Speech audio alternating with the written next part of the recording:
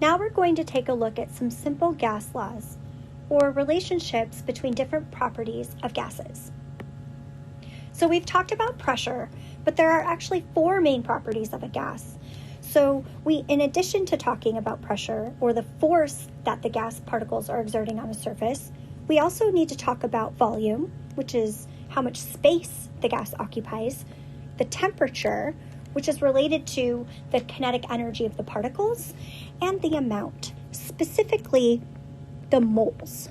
And that's why we use the number N, or the letter N there, for the number of moles. So these simple gas law equations actually relate these terms to each other. And these pioneering experiments that we're going to talk about held 2 of these constant to determine the effect of the other 2. In the mid-1600s, these pioneering experiments were conducted to try to evaluate the relationship between volume and pressure. So Boyle and his friend Robert Hooke, who you've probably seen some of his microscopy drawings, they're very interesting. They took this thing called a J-tube. And this J-tube was stoppered on one end. So a gas is trapped in this tube.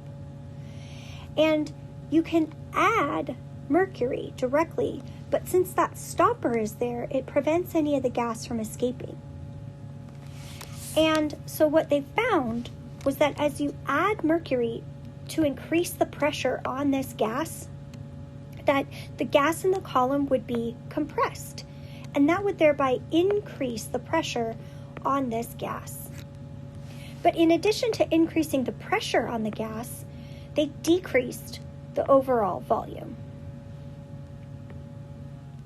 So let's take a look at this from a molecular standpoint. So here you have a container with a movable piston, and you place a 1 kilogram weight on top. And this is the pressure that allows the 1 kilogram weight to be supported on this movable piston, 1 atmosphere. And it has a volume of 1 liter. So in this 1 liter, there are gas molecules that are bouncing around, hitting both the movable piston and the walls of the container, and it's staying steady at 1 atmosphere. Well, then if you change out this weight from 1 kilogram to 2 kilograms, the pressure doubles. And that is because as the particles that are hitting the walls of the container and the movable piston, they have to exert a lot more force to hold up a 2 kilogram weight. And so the volume actually compresses a little bit in order for that pressure to increase. Because remember that pressure is a per area, and as the volume decreases, the pressure will increase because area is in the denominator. So decreasing the volume actually reduces the surface area for the gas molecules to hit, which increases the pressure, because pressure is a force per unit area. So let's try to explain what we just observed mathematically. So we know that the volume is proportional to the inverse of pressure. That's what we saw on the previous slide.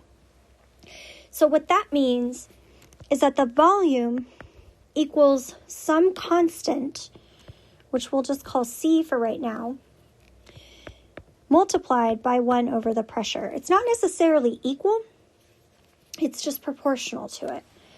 And so we can also express this as V equals a constant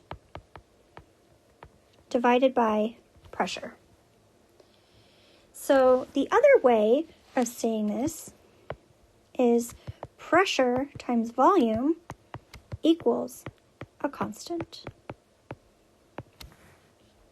So there are a lot of applications for this because if you've ever taken a diving class or a scuba diving class, you'll be familiar with Boyle's law. Because as you dive, the water around you is pressing on you, right? So that means that the pressure has increased as you get deeper. Well, if the pressure is increasing, then that means that our volume is also changing. Okay? And so what happens is as you go between the two depths, so if you go from low pressure to high pressure and then right back to low pressure again, the gases in your lungs won't have time to respond to your the changing pressure around you. And so when you're diving, it's important that you dive at the right pace to acclimate yourself. And it's also important that you constantly are breathing in your pressurized air. Okay, so another result, I guess, of Boyle's law, or another implication of Boyle's law, in addition to pressure volume is a constant, then that means that as you increase the pressure and decrease the volume, those products are going to always equal the same constant. That means that if I want to talk about like a snorkeler and a scuba diver, or a snorkeler or a scuba diver, and talk about like the pressure that changes, I can, if I know what the pressure is at the surface and the volume is at the surface, I can relate that to the pressure underwater and the volume underwater. So let's do a couple of examples. So in this problem, we have a snorkeler, and they have a syringe filled with 16 milliliters of air, where the pressure is 1 atmosphere, and they dive to an unknown depth. And there, the volume of the air in the syringe compresses to 7.5 milliliters. So what is the pressure? So we look at our information and we see that we have 16 milliliters and 1 atmosphere and 7.5 milliliters and an unknown pressure.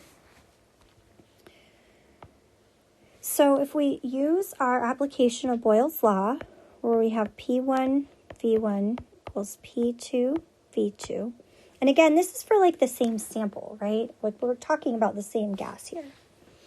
So in our initial scenario, we've got 1 atmosphere, and we're multiplying it by 16 milliliters. And we want the pressure, and we divide by our volume of 7.5 milliliters. And we see that our pressure is 2.1 atmospheres. And it says, if the pressure increases by 1 atmosphere for every additional 10 meters of depth, how deep is the snorkeler? And what we did was we went from 1 atmosphere to 2 atmospheres.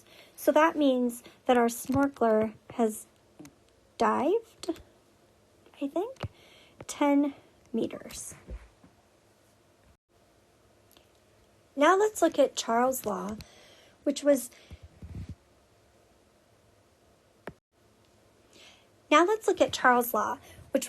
volume and temperature. In this graph, we can see that volume and temperature are directly proportional.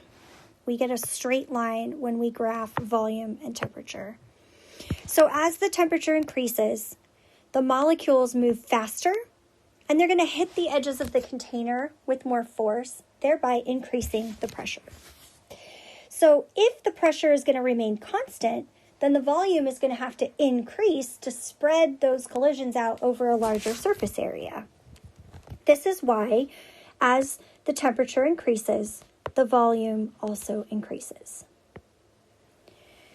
You've probably experienced this before because you've seen a balloon when it gets warm and the gas expanding, and when it cools down, the gas compresses.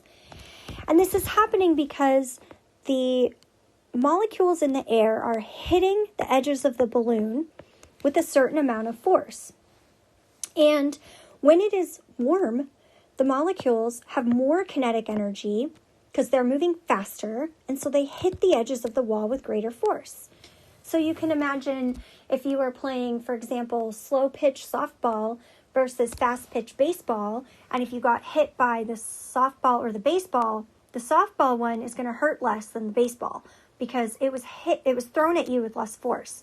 That's the same idea here. these molecules are not hitting the edges of the container with as much force in the low kinetic energy instead of the high kinetic energy. But remember that pressure is held constant in this scenario. And so in order for pressure to be held constant, then that means that the volume must decrease when it gets colder. Because remember, pressure is force per unit area. And so by decreasing the area with the decreased force, then the pressure can remain the same. So let's do a little bit of work with Charles' law.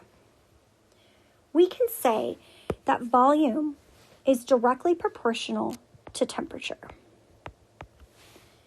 which means that volume equals some constant times temperature.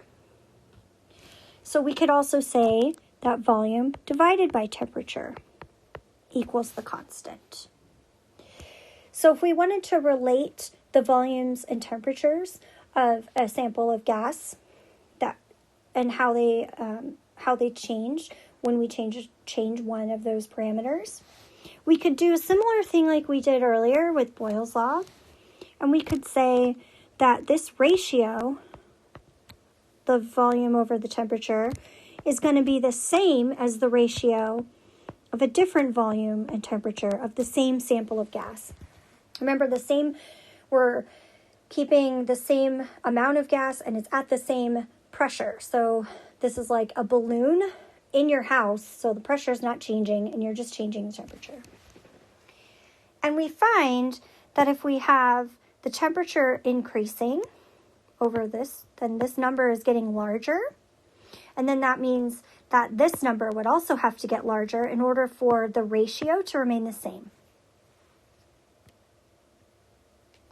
So let's take a look at a practice problem. So in this example, we have gas in a cylinder with a movable piston, and we have an initial volume of 88.2, and we heat our gas and want to know the final volume. So Charles' law is actually how a hot air balloon works, because as you increase the temperature of the gas, it increases the volume, it lowers the density, and it becomes less dense than air, and the hot air balloon can float. So first thing that we have to do is convert our temperature values. So we have to convert from degrees Celsius to Kelvin. And the way that we do that is the degrees Celsius plus 273.15 equals the temp in Kelvin.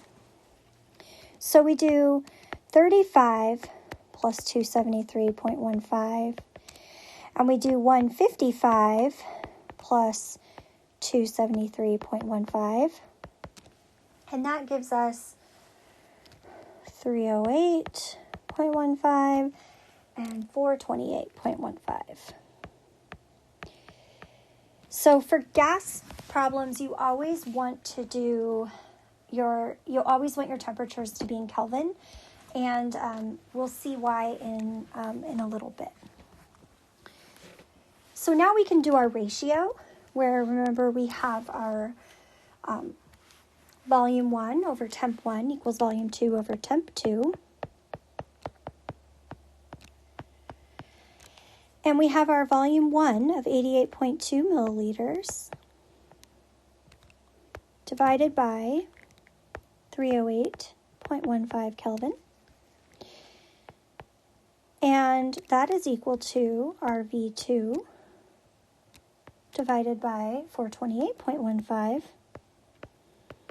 And so to solve this, we just multiply 428.13 by 88.2, divide by 308.15, and we get 122.55 mils, which really, sig figs would just be 122 milliliters.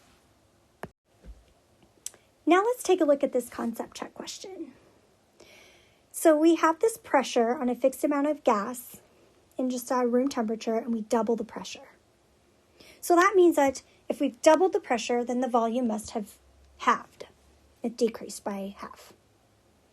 Now we take that same volume of gas that's been halved and we double the temperature. Well, if that happens, then that must mean that the volume doubles. So we have a volume of gas, we have it, and then we double it again. That must mean that the final volume of the gas is the same as the initial volume.